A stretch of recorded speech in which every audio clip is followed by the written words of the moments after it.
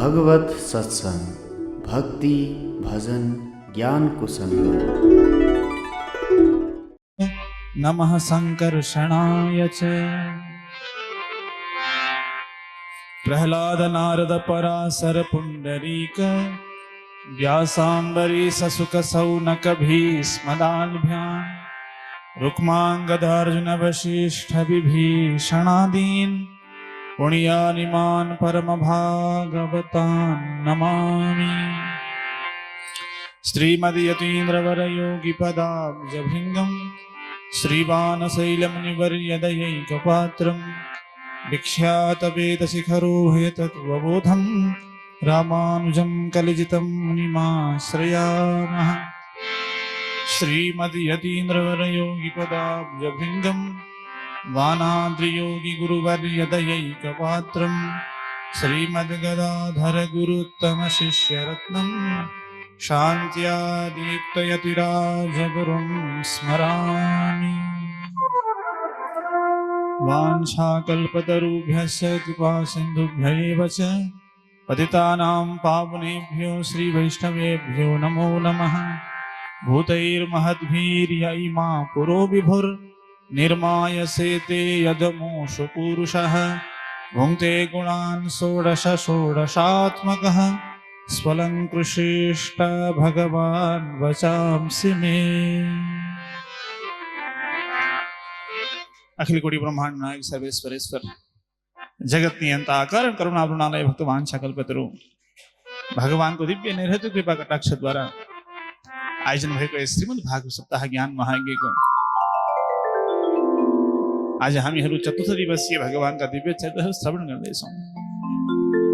भरतजीका दिव्य उपाख्यान हामीहरूले हिजो श्रवण गर्यौँ। पञ्चम स्कन्द स्थान वर्णन गर्ने स्कन्द भएको हुनाले यहाँ भएका वर्षहरूको बारेमा वर्णन गर्नुहुन्छ। 9वटा वर्ष रहेका छन्।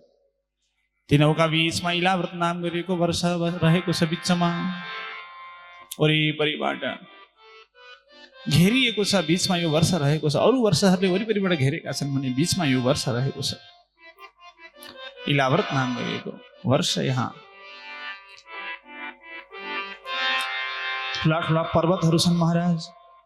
माथिपट्टि 32,000 योजन विशाल रहेको छ भने तलपट्टि यसको मूल 16,000 योजनको रहेको छ। वरिपरि पूर्व पश्चिम उत्तर दक्षिणमा पर्वतहरू रहेका छन्। विशाल विशाल पर्वतहरूले घेरिएको छ। यो अरुणोदय नाम गरिएका नदीहरू पनि यहाँ प्रवाहित हुन्छन्। जसद्वारा प्रवाहित हुने जम्बू नदी पनि यहाँ प्रवाहित हुन्छ। जसबाट जामुनदम नाम गरेको सुवर्ण पैदा हुन्छ।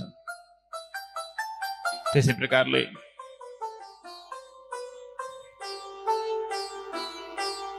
अन्य अन्य दिव्य नदीहरू पनि रहेका छन्। 20 प्रकारका पर्वतहरू पनि यहाँ रहेका छन्। भगवान श्रीहरिले वामन अवतार ग्रहण गरेर बलिलाई निग्रह गर्दा आफ्नो पहिलो पाउले भगवानले भू भुवा स्व महजन तप सत्यलोकसम्म आफ्नो पादमाथि फैलाउँदा अन्नकटाह भेदन गरेर भगवानका दिव्य चरणले अन्नकटाह भेदन गरी त्यहाँबाट जलको धारा प्रवाहित भयो। त्यही जलको धारालाई ध्रुवजीले मेरो कुलदेवको पादारविन्द हो भनेर ग्रहण गर्नुभयो। परम भागवतो स्मत् कुलदेवता चरणारविन्दोदकम इति। जो मेरो भगवानको चरणोदक हो भनेर ध्रुवजीले त्यसलाई ग्रहण गर्नुभयो। त्यसमा एक सारा भोग भूमि रहेका छन् महाराजहरू। भोग वर्षहरू रहेका छन्। तर यो भारत वर्ष भनेको कर्म भूमि रहेको छ। तत्रापि भारतमेव वर्षं कर्म क्षेत्रम् अन्यानि 8 वर्षाणि स्वर्गिनां पुण्यशेषोपभोगस्थानानि। यो भारतवर्ष नै कर्मभूमि हो। यस बाहेकका अरू वर्षहरू के हुन् त? भोगभूमि हुन्।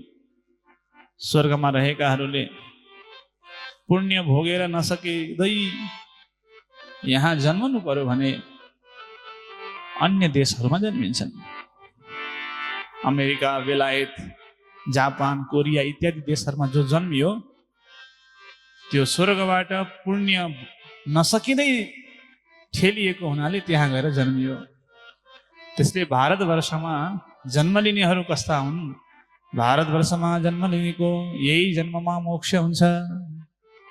अन्य देशहरूमा जन्मिनेहरूको मोक्ष यही जन्ममा हुन्छ कि हुन्न भनेर भन्न सकिँदैन। यो कर्मक्षेत्र भारतवर्ष रहेको छ। त्यही भएर भनिन्छ यैर्जन्म लब्धम नृषु भारताजिरे मुकुन्द सेवौपैकम स्पृहाहीनः। यही जन्ममा यो नेपाल आदि गरेका देशहरूमा शालाग्राम क्षेत्रमा जो जन्मिएका छन् उनीहरूको यही जन्ममा मोक्ष हुन्छ। अहो अमीशाम किमकारी शोभनम प्रसन्न येषां स्विदुता स्वयं हरिः। स्वयं भगवान नै प्रसन्न भएर यो नेपाल आदि गरिएका देशहरूमा भगवानले नै जन्म ग्रहण गराउनु भएको हो। अन्य अन्य वर्षहरू छन् महाराज। हरिवर्ष छ। हरिवर्षमा भगवान नरहरि भगवानको आराधना गर्नुहुन्छ प्रहलादजीले। भद्रासु वर्षमा हयग्रीव भगवानको आराधना हुन्छ। त्यसै प्रकारले केतुमाल वर्षमा भगवान कामदेवको आराधना हुन्छ। त्यसै गरी हिरण्य वर्षमा कूर्मावतार भगवानको आराधना हुन्छ। किम पुरुष वर्षमा भगवान सीता रामचन्द्र प्रभुको हनुमानजीले आराधना गर्नुहुन्छ। र यो हामीहरू भएको भरत राजाले शासन गरेको भरत राजाको क्षेत्रभित्र रहेको यो भारतवर्षमा नर नारायण वदरी नारायण भगवानको आराधना हुन्छ। ओम नमो भगवते उपशमशीलाय वरदानात्म्याय नमो किंचन वित्ताय ऋषिर्षभाय नर नारायणाय परमहंस परम गुरवे आत्मा रामाधिपतये नमो नमः। इस मंत्र द्वारा यो भारतवर्षमा वदरी नारायण भगवानको दिव्य आराधना हुन्छ। यो वर्षमा राम्रा राम्रा दिव्य नदीहरू पनि छन्। चन्द्रवसा, ताम्रपर्णी, अवटोदा, कृतमाला, वैहायसी, कावेरी, बेणी, पयस्विनी, गोदावरी, सर्करावर्ता, तुंगभद्रा, कृष्णा, वेण्या, भीमरथी, गोदावरी, निर्विंध्या, पयोष्णी, तापी, रेवा, सुरसा, नर्मदा, चर्मण्वती आदि गरेका महान महान नदीहरू छन्। कौशिकी, कौशिकी भनेको हाम्रो यही कोशी बराह क्षेत्रमा जो कौशिकी नदी हुनुहुन्छ त्यसैलाई कौशिकी कौशिकी कौशिकीलाई कौशिकी, मन्दाकिनी, यमुना, सरस्वती त्यस्तै प्रकारले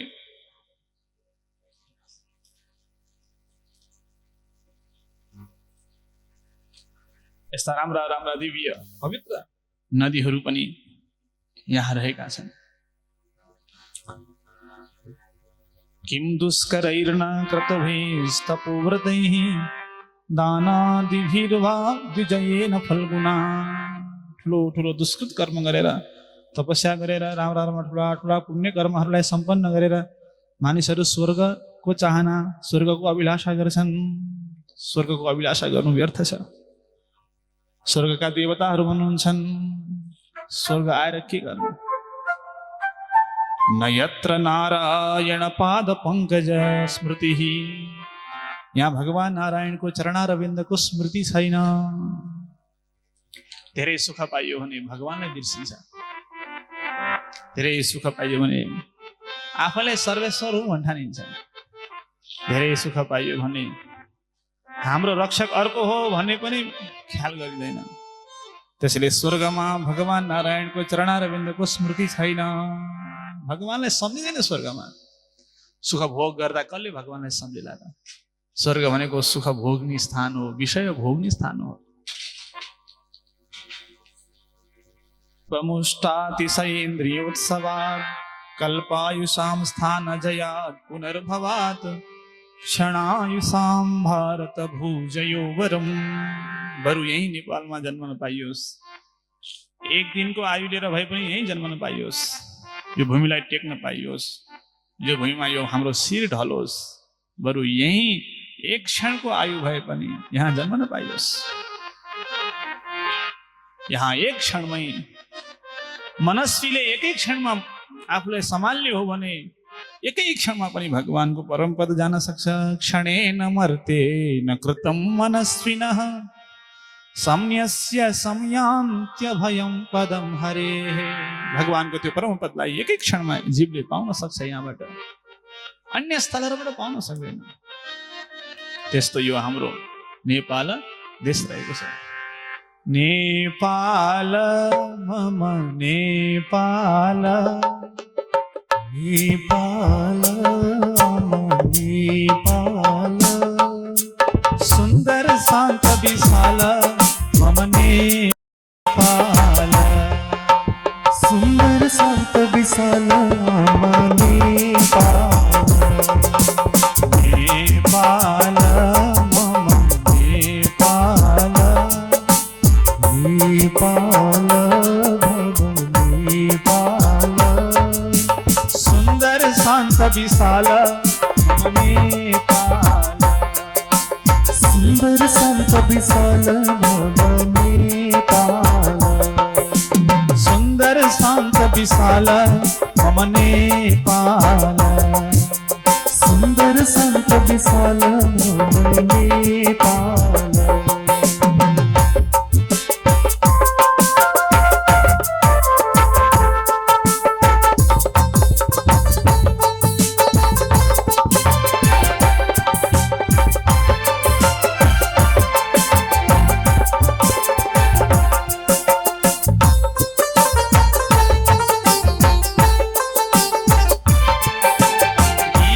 गीतैर्गीता परम प्रभुणा प्रीता,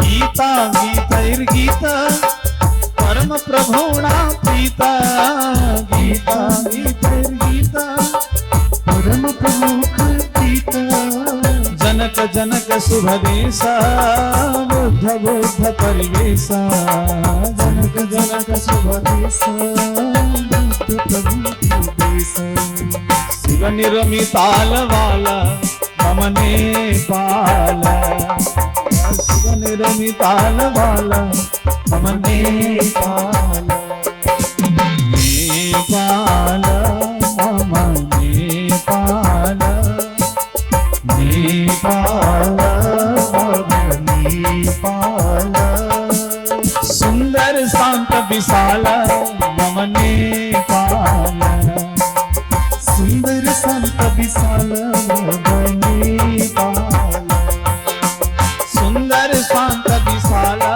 मम नेपाल, सुन्दर शान्त विशाल भव नेपाल, छल छल कल कल काली प्रवहति उर्मि कराली, छल छल कमल काली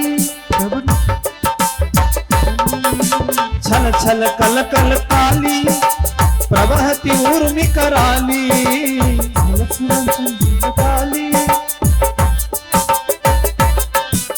मेची कोसी भेरी स्रवंती बघन भेरी, मेची कोसी भेरी,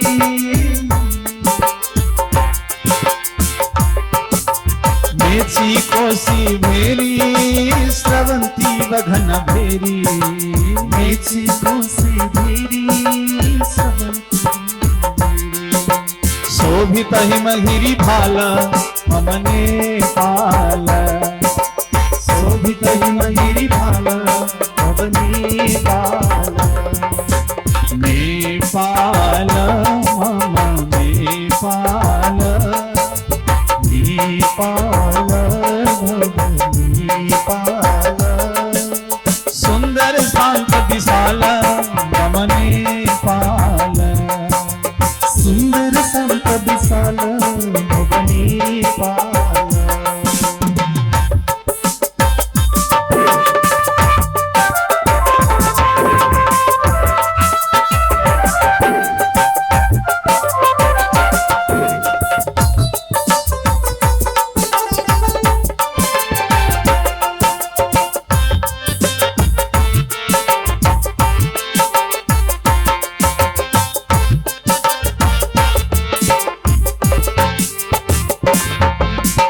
मम हृदि कृपोपवेश हरितलतावन केसा मम हृदि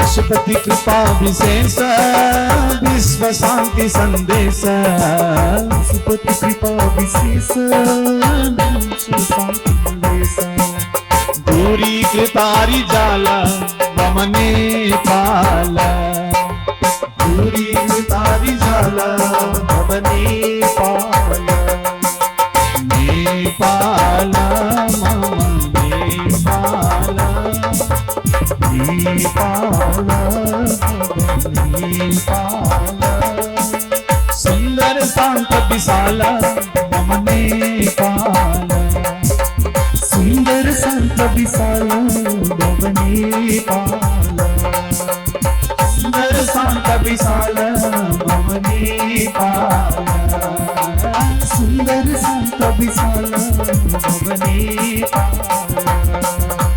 सुंदर शांत विशाल मम नेपाल सुंदर शांत विशाल मम नेपाल मम नेपाल मम नेपाल मम नेपाल मम नेपाल। श्री भक्तवत्सल भगवान को जय जय हो।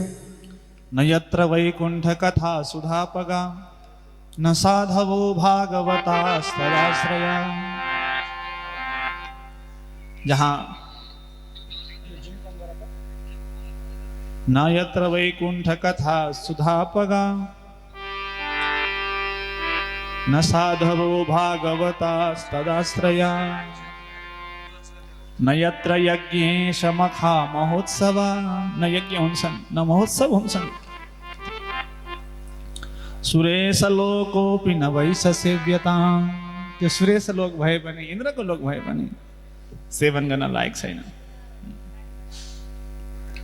इन्द्र जाति जन्म पाएर यसो गर्दा ठिक उसो गर्दा ठिक यसो ठिक कि उसो ठिक कि भनेर घुम्दा घुम्दै उसलाई सोध्छु भन्दा भन्दै जीव फेरि बन्धनमा परिसक्छ।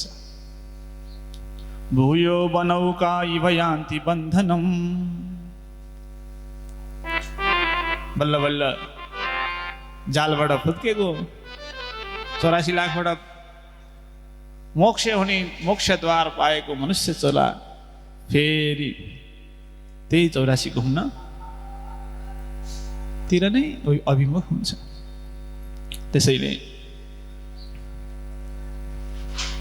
यो नेपाल भारत इत्यादि राम्रा देशमा जन्मेर मनस्वी बनेर आत्महितमा विचार गर्नु नै सारा जीवहरूको लक्ष्य हो। अगाडि प्लक्ष्य आदि गरेका दीपहरू छन्। यी दीपहरूका विषयमा पनि चर्चा गर्नुहुन्छ। आकाशीय दिव्य पिण्डहरू छन्, ग्रहहरू छन्, 9 ग्रह छन्, ताराहरू छन्। त्यही ग्रहहरूको गति, वर्ष, समय, सूर्यको रथको गति इत्यादि बताउँदै तल शङ्कर्षण भगवान विराजमान गर्नुभएको विषय पनि वर्णन गर्नुहुन्छ।